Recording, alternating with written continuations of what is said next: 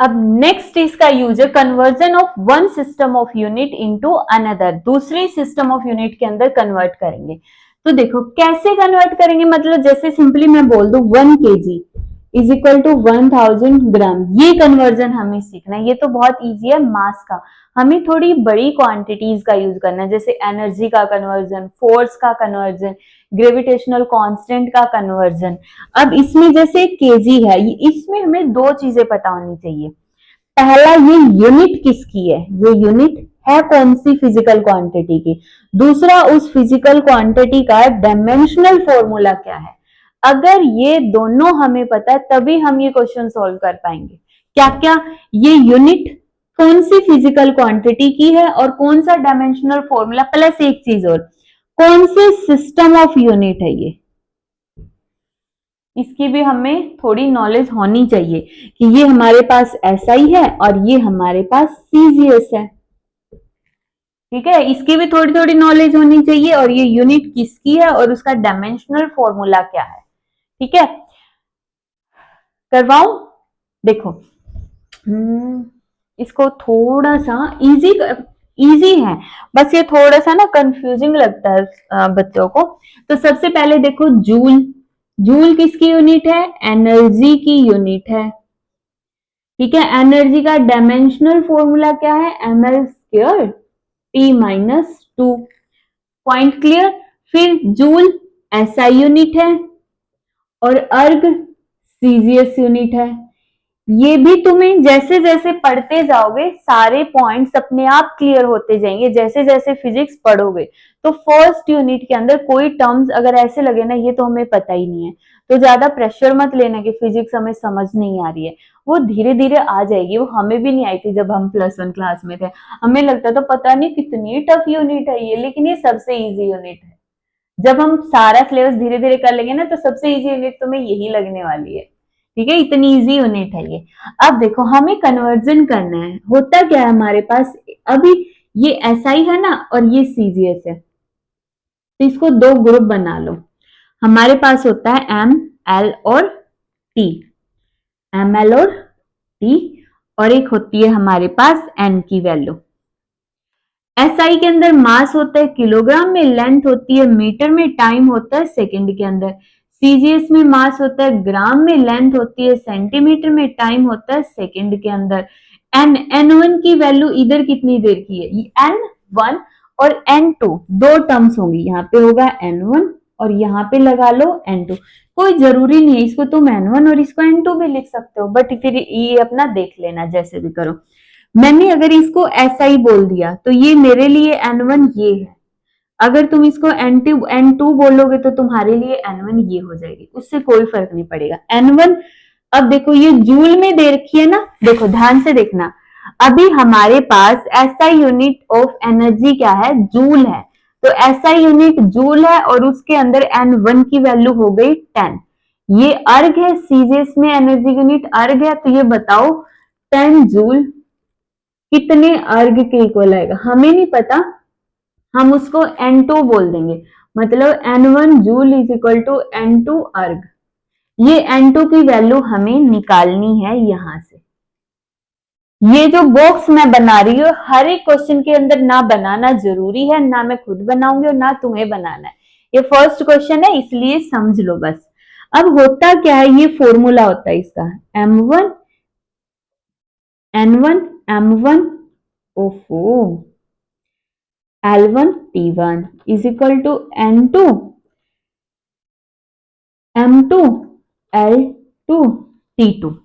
ठीक है, अब इनकी पावर्स होती है, ये मैंने ऊपर ना M1 की पावर दी, ना L1 की, ना T1 की, ये पावर ये वाली होगी, किसी पे 1 2 -2 होगा, वो अलग अलग होगी, जो भी उसका डायमेंशनल फॉर्मूला है। ठीक है, अभी के लिए देखो इसको मैं सॉल्व करवा दूं, इधर ध्यान से समझना, N1 की वैल्यू 10, अभी M1 डिवाइड में इस साइड से M2 ले आओ, पहले M2 L1 L2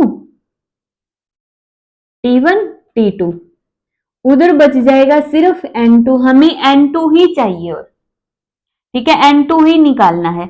अब पावर देखो, इसका डायमेंशनल फॉर्मूला है 1, L की पावर है 2, टी की पावर है -2। जब इस फॉर्मूले, ये बेसिक फॉर्मूला है, ये फॉर्मूला क्या है, बेसिक, हर एक क्वेश्चन में ये फॉर्मूला लिख दो, टेबल बनाओ ना बनाओ इस फॉर्मूले से स्टार्ट करो, n2 की वैल्यू ऐसे लिख के फिर तुम्हें जो पावर तुम्हारे डायमेंशनल फॉर्मूला की है वो लिख दो, ठीक है। अब इसको आगे सॉल्व करते हैं। 10 मास m1 किस में है, केजी के अंदर, ये हमारा होता है m1 l1 t1, ये m2 l2 t2, ठीक है, केजी, और नीचे ग्राम होगा, पावर 1, L1 मीटर में, नीचे सेंटीमीटर, पावर 2, उधर सेकेंड है, कोई दिक्कत ही नहीं है, power -2 is equal to n2।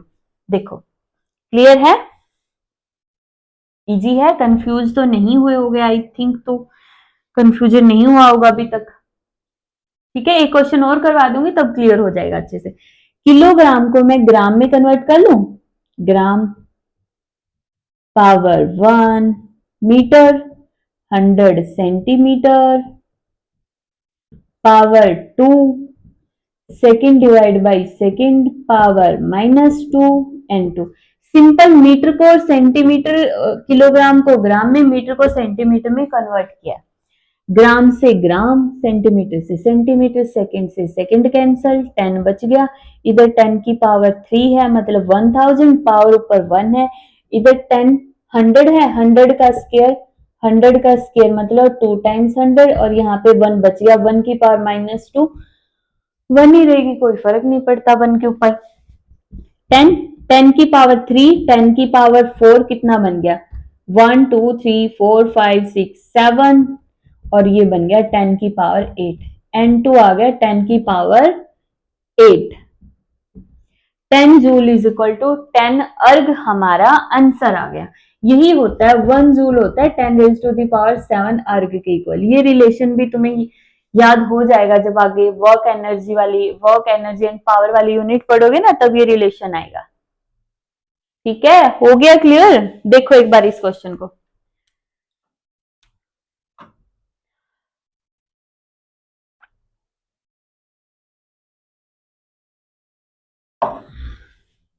हो गया, रब कर दो। अब देखो इसी क्वेश्चन के अंदर मैं एक और क्वेश्चन करवाती हूं। अब की बार है 10 न्यूटन को डाइन में कन्वर्ट करो, 10 न्यूटन को डाइन में। तो ये जो सबसे पहले देखो, ये थोड़ा सा इधर से रब कर दो मैं, देखो अब तुम्हें ये क्वेश्चन इजी लगेगा। सबसे पहले न्यूटन किसकी यूनिट है, फोर्स की, डायमेंशनल फॉर्मूला mlt-2, ठीक है, और एसआई यूनिट है, ये सारा ठीक है। ये 10 है, इस 10 की जगह 10 ही रख लो, चलो कोई नहीं 10 ही रख लो, 10 की जगह अगर 20 भी आ गया तो इधर 20 कर देना बस, ये आ गया। उसके बाद पावर देखो, अब सेम फॉर्मूला, ये पावर चेंज कर दो, m की पावर 1, l की पावर, अब की बार l की पावर 1 है तो इस पावर को 1 कर दो, t की पावर -2 है तो -2 कर दो। इतना इजी क्वेश्चन है ये, सिंपल, ये फॉर्मूला सेम रहने वाला, पावर पावर चेंज होगी, इधर भी 1 -2, इधर भी 1 -2, 10, 10 की पावर 1000 ये, और ये 100, अब की बार पावर 1 है तो सिंपल 100, ये 1 रह ही गया, ये n2, 1 2 3 4 5 6, n2 6 आ गया, n2 6 आना मतलब 10 newton is equal to 10 raise to the power 6 dyne. कितना इजी कॉन्सेप्ट है, कितना इजी क्वेश्चन है, हो गया क्लियर है, अब हो गया थोड़ा बहुत क्लियर। अब एक क्वेश्चन और करते हैं, इसको नोट डाउन करो,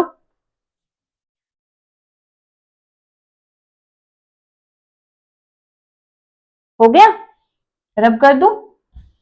देखो अब भी मैं इतना ही रब कर रही हूं, इसको रब कर दो, इसको रब कर दो, इसको भी रब कर दो, इसको भी रब कर दो थोड़ा। अब हमारा थर्ड क्वेश्चन है, एक तुम्हें थोड़ा सा दिखने में ऐसा लगेगा कितना मुश्किल क्वेश्चन है, और वो इतना इजी क्वेश्चन है, वो करने वाले देखो, convert g is equal to 6.66 into 10 raise to the power -11 newton metre square per kilogram square into CGS system, into CGS system, ये दे दिया, कन्वर्ट करो।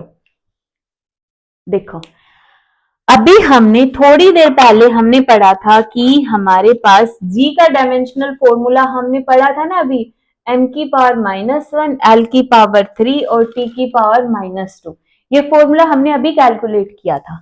तो यहां से देखो अब इन्होंने इसमें हमें ये पता करने की कोई जरूरत ही नहीं है कि ये कौन सी क्वांटिटी है, क्योंकि ये खुद ही मेंशन कर रही है तो जी है। उसमें उन्होंने ये नहीं बोला कि ये एनर्जी है, ये फोर्स है, लेकिन इस क्वेश्चन में ये बोल रहे हैं ये जी है। इसमें बस तुम्हें डायमेंशनल फॉर्मूला पता होना चाहिए और ये पता होना चाहिए हमारे पास एसआई सिस्टम है। बस ये दो ही पॉइंट सेम है सारा। n1 की वैल्यू चेंज हो जाएगी, अब की बार n1 की वैल्यू 6.66 इंटू 10⁻11, पावर चेंज कर दो। सारा क्वेश्चन देखो इधर तक सेम रहेगा, हर एक क्वेश्चन के अंदर कोई भी क्वेश्चन हो हर एक क्वेश्चन में ये सेम रहने वाला है, ठीक है। जब तक स्टेटमेंट इस फॉर्म में रहेगी एसआई सीजीएस, ये दोनों फॉर्मूलों में स्टेटमेंट का भी कोई चक्कर नहीं, ये सेम रहेगा, ठीक है। क्लियर हो रहा होगा आई थिंक। अगर किसी को डाउट है तो कमेंट कर सकते हैं, ठीक है। अब m की पावर -1 है, l की पावर 3 है, t की पावर -2 है। अब फिर से ये 10 की जगह 6.666, 10 raised to the power -11, 6.666, 10 raised to the power -11, power change कर दो -1, इधर आ जाएगा 3 और इधर आ जाएगा -2, सेम। अब देखो 6.66 10 raised to the power -11 kilogram की जगह मैं 10 raised to the power 3 ग्राम लिख दूं, पहले तो 1000 ग्राम लिखा था, सेम ही बात है। Power -1 100 centimetre, centimetre power 3, second से सेकंड कैंसल, 1 ही बचेगा, पावर -2 n2, ग्राम से ग्राम, सेंटीमीटर से centimetre, 6.66 10 raised to the power -11, 10 raised to the power 3 और -1 -3, 10 raised to the power 2 2 2, 3 बार कर दो या डायरेक्ट लिख दो 10 raised to the power 6, 10 raised to the power इसको मैं 2 लिख सकती हूँ ना, तो 3 दूनी 6 हो गया, कोई फर्क नहीं पड़ता, जैसे तुम्हें ठीक लगे कर लेना। अब इसको सोल्व कर दो, 6 10 raised to the power कितना हो गया, 2 से ये कैंसल और इस पूरे से ये 1 बच गया, 3 बच गई टर्म, इससे ये 0 आ गया और 10 raised to the power -8 आ गया। n2 की पावर कितनी आ गई, 6.66 into 10 raised to the power -8, इधर लिख देना, ये n2 आ गया। कर लोगे। अब इसका लास्ट क्वेश्चन हो रहा है इस टॉपिक का, मतलब इसमें से एक टाइप और रहेगी, मोस्टली सारे क्वेश्चंस हो गए हैं ये बोर्ड लेवल के जो क्वेश्चन, कर दो रब।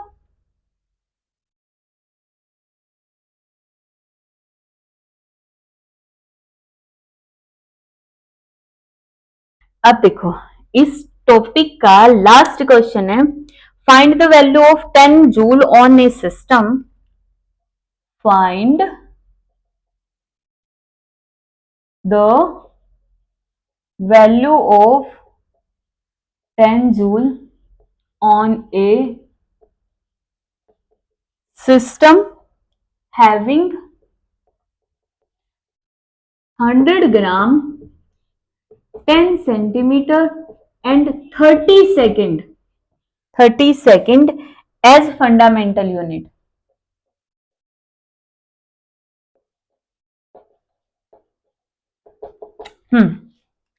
देखो इसमें भी वही हमें टेबल बनानी है, एक बार समझने के लिए, ये एग्जाम में जरूरत भी नहीं पड़ेगी तुम्हें बनाने की।